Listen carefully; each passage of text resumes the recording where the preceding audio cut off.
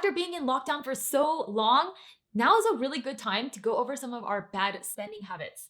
Because right now, with the world just about to open up post COVID, we are like racehorses foaming at the mouth, waiting to re enter the world, go out and have fun, and start throwing money at things. And so, in this video, I wanted to talk about impulse purchases. Ugh, impulse purchases. It happens to the best of us.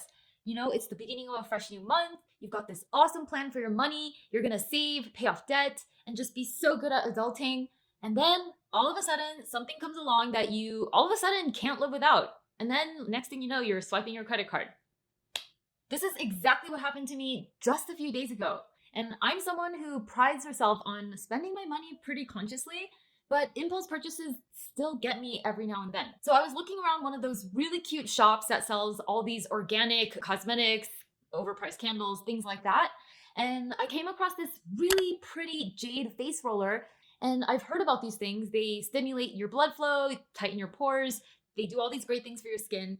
And so I bought it. In the moment, my plan was to use this jade face roller every single night and wake up to beautiful skin in the morning. Truth is, I went home, used it once that night, and to this day, I have never touched that thing again. Ugh, what a waste of money. So the first thing on my list of impulse purchases that you will always regret is health and beauty stuff that adds to your already packed regimen. I mean, even on a good day, I don't do all the steps in my routine, like the toner and the moisturizer and the serum and the eye cream. I don't even do all that. So I really don't know what I was thinking. So for you, be careful before you add another supplement or another skincare product or something that adds to your regimen that you already maybe don't even do all the steps for. So I would definitely caution you on that. Okay, next up is anything you buy because it's on massive sale and you want to get this great discount, especially if you're buying it in bulk because it's on massive sale. So the other day, I go to Office Depot a lot to get things printed. I don't have a printer in my house. And I see all these signs that they're going out of business and they need to get rid of everything, massive clearance. And I actually have a weak spot for Post-its. So when I pass by the Post-it aisle, there's all these colorful boxes of Post-its, and I started feeling this temptation like, oh my God, I need to buy this because Post-its are 70% off and it's such a great deal. It's that familiar feeling of FOMO that you get. It's like that anxious feeling in your stomach where you're like, oh my God, I need to buy this now because it's a limited time deal. In the end, I didn't buy the Post-its because I kind of knew what would happen if I did. I would buy it and feel really good about saving money, but in the end, I wouldn't even use it and I would regret it. So definitely don't get carried away by sales once in a lifetime limited deals, because the truth is things always go on sale again. It's never going to be your only chance to get a good deal. And often when you buy things with that kind of pressure, you're going to regret it. Third on my list of impulse purchases that you'll always regret are what I call drive-by purchases. What I mean by this is maybe you have a commute or a routine that you walk to and from work or just some place that you pass by every single day. And sometimes these routines are so habitual that sometimes often very unconscious about what's going through your mind or what you might purchase on the way. For example, maybe you walk by a certain coffee shop every day to work and you just buy a latte almost every day because out of habit. Or on the way home, you walk by some stores with really nice clothing displays, and whenever something looks good, you go in and buy something. These are what I call drive-by purchases. And honestly, you're usually doing it because you're just looking for a hit of dopamine, or you're bored, or you're tired. It's all really unconscious. I remember living in Manhattan, I would pass through Grand Central Station, and there's all these nice shops around there. And there's really nice displays with outfits and clothing and bags. And I would often just, on the way home from work, go in and buy something because something is on sale or something looks pretty. Nowadays, my life looks a bit different. I have a dog now, and I take him to the park around 4 or 5 p.m. every single day to go play with other dogs.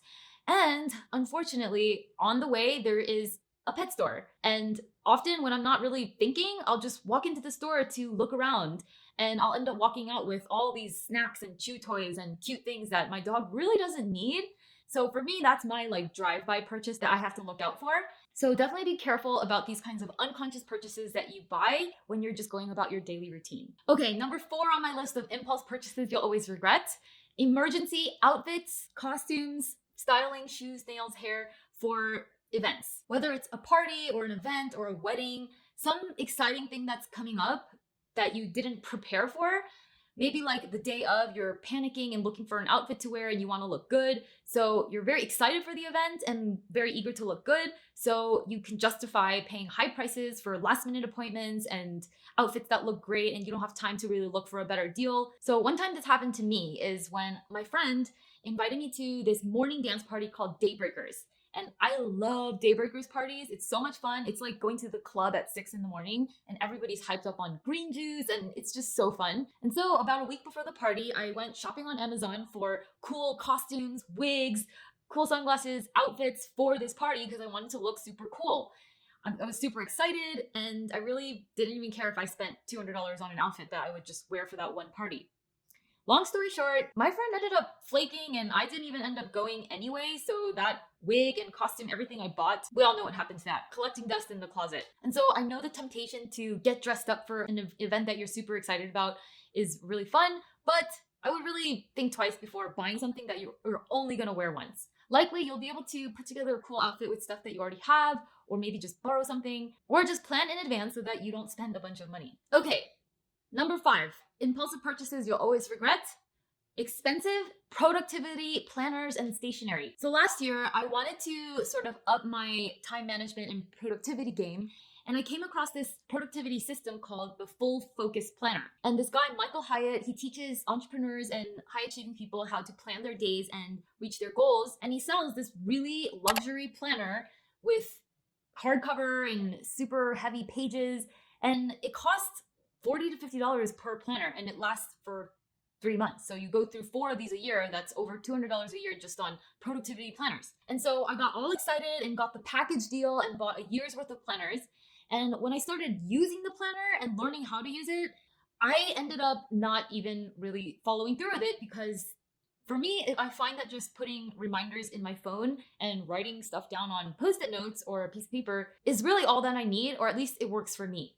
So before you commit to a huge plan like a journaling practice or a productivity planner goal setting thing, before you go out and spend a bunch of money on it, try it out. Maybe just don't buy the actual thing and try it out in a notebook before you commit to the expensive planner and waste a bunch of money. Okay, this next one is a good one.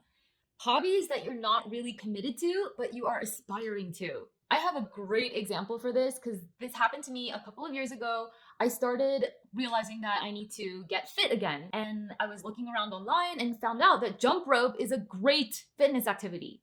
And I got all excited about the possibilities and what a great workout it is. So I went out and bought all this jump rope stuff.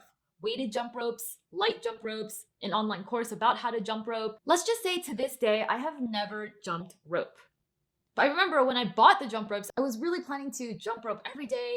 It was a hobby that I aspired to and was very excited about in the moment of purchase, but wasn't really committed to. So before you get all excited and spend money on a hobby like painting or photography or running or whatever that requires equipment, before you go out and spend a bunch of money, try and see if you can rent or buy the kind of the most minimum viable product that will help you get started on the hobby so that you can try it out and see if you really love it and see if you really are going to make it a part of your life. All right, number 7 on this list, anything uncomfortable or high maintenance that you think will make you look good and that you think you'll wear, but you actually won't. For example, shirts, pants, dresses, clothing that's just too tight.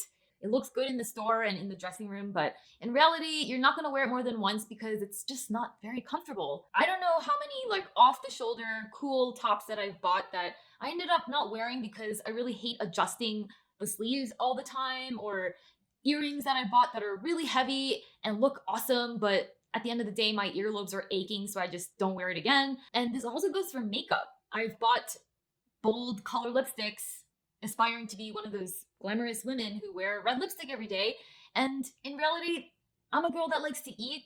I don't like lipstick getting in the way of my food or anything getting in the way of my food. And so these lipsticks I don't really use because it's uncomfortable. It's high maintenance. So definitely think twice before you buy something expensive like a fancy dress or fancy outfit, fancy makeup, fancy jewelry that you probably won't even end up wearing more than a couple of times. Another impulsive purchase that you will always regret is some newfangled widget that serves a duplicate purpose to an item that you already have and use and is already working fine. So for me, this happened back when I was trying to optimize my kitchen setup and just upgrade all the tools that I was using for meal prep because I do it every week and I wanted to be efficient with it. And I was looking around online and found out that you can buy something called a mandolin, which helps you chop vegetables really perfectly and quickly. So I bought this thing. It was probably $30 or something. Not a huge deal, but after using it about once or twice, I just went back to using my knife and cutting board, which also did the job perfectly. And so I just bought a duplicate item, a mandolin, when I already have a knife and a cutting board, and that was working fine. And in the end, it's just taking space and wasted money. I think the motto that comes to mind here is if it ain't broke, don't fix it. Number 9 on this list is snacks and packaged foods and marked up foods at the grocery store when you are hungry or craving something. It is such a bad idea to go to the grocery store when you are hungry. It's best to be well fed and go in with a list of things you need for that week and for the meal prep of that week. So for me, my weakness is when I go to the grocery store hungry, which I rarely do, but sometimes it happens. My weakness is those really expensive bags of keto, organic, kale chips, coconut oil, potato chips, all these kinds of expensive health snack foods. When I'm hungry, I just grab those things off the shelf and each bag is like $5, $6, $7. So they really add up. Normally, when I'm at the store and I'm well fed and I'm prepared and not prone to impulsive grocery shopping, I stick to the vegetables, the meat, the produce aisle, a few things off the dry shelves, some things from the freezer, and that's it. I am very economical. So definitely watch out for impulsive purchases at the grocery store when you're hungry or even when you're not hungry. Number 10 on my list of impulsive purchases you'll always regret is offering to pick up the tab or get everyone around to shots when you're out with people. This tends to happen when, of course, it's good to treat people and be generous like that, but I want you to be selective about the times that you do that. Because for me, I mean, it's been forever since I've gone out and even been around enough people to buy shots for it. It's COVID. But I do remember the times that I've offered to pay or get everyone around with drinks. Sometimes it was more out of this people-pleasing impulse rather than just a place of generosity. It was more like feeling a bit insecure. I want to fit in. I want to be liked. And so I think that people will like me more if I pick up the tab or offer everyone a round of shots. And even if you're not a recovering people pleaser like me and you're not prone to this kind of thing, when you're in a bar and you're about to buy shots for everyone, you've probably already had a few drinks and you're kind of, your judgment is impaired because of alcohol. And later on, when you look at what happened on your credit card the morning after, you're going to see you spent like $20 per shot for like 5 people. That's a lot of money. And chances are high you're going to regret that. So any sort of impulse purchases to treat people to drinks or even the dinner tab, definitely try to be sober and from a place of security and not people pleasing when you do that. Number 11 on my list is trends and things that you see on Instagram. Now, I haven't been on Instagram in a hot minute. I've sort of been doing a social media detox. But according to my friend who I asked for her input on this video, she shared this story, really funny, where she's really into like eyelashes. She likes how it makes her eyes look. So she does fake lashes, eyelash extensions once in a while. And Instagram and all these social media algorithms, they know what you like because they're watching you all the time. Their algorithms know all about your interests, your weak spots. And so all of a sudden she started seeing these posts about magnetic lashes, which is this new trend where you paint on this magnetic paint and then the lashes will stick on because it's magnetic. And all of a sudden you see something like that and you're like, oh my God, where has this been all my life? I literally don't know how I've ever lived without it. And then next thing you know, you're checking out on Instagram and swiping your credit card to buy something that possibly you very high chance that you won't really use or that you don't even really need. Because the reality is, be careful when you're scrolling. Because know that the algorithms are always watching you and they know exactly what to show you and when, so that you will just whip out your credit card and unconsciously just make another impulsive purchase. Number 12 on this list is courses / self-help books that you hope will get you the result that you're after, but you're not actually willing to do the work. I don't know if this applies to everyone else, but this definitely applies to me because I consider myself a self-help junkie.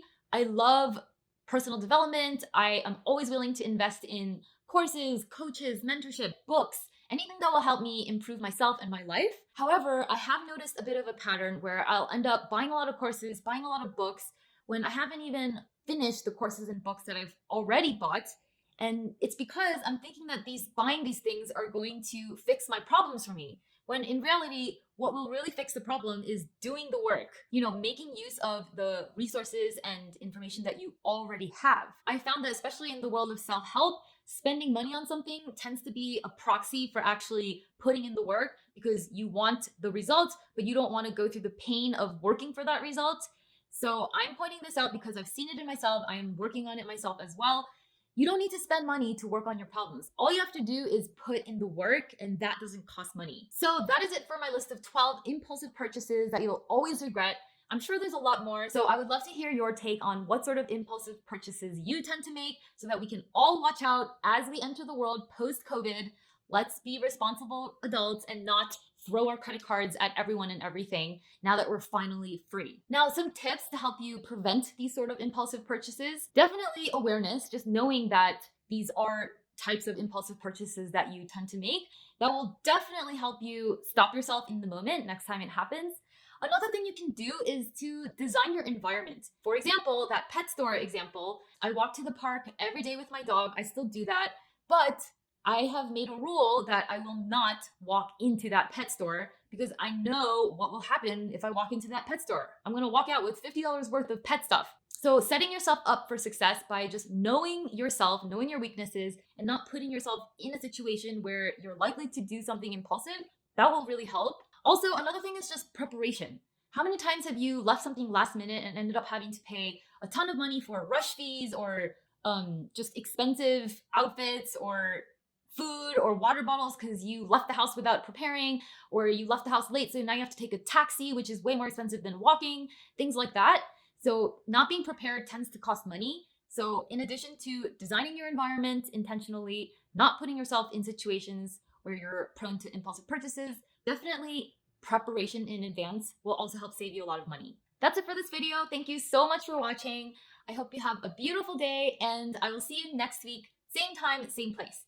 And if you haven't subscribed already, make sure to join the community. I post videos every Wednesday about making money, saving money, and investing money. All right, love you guys. See you.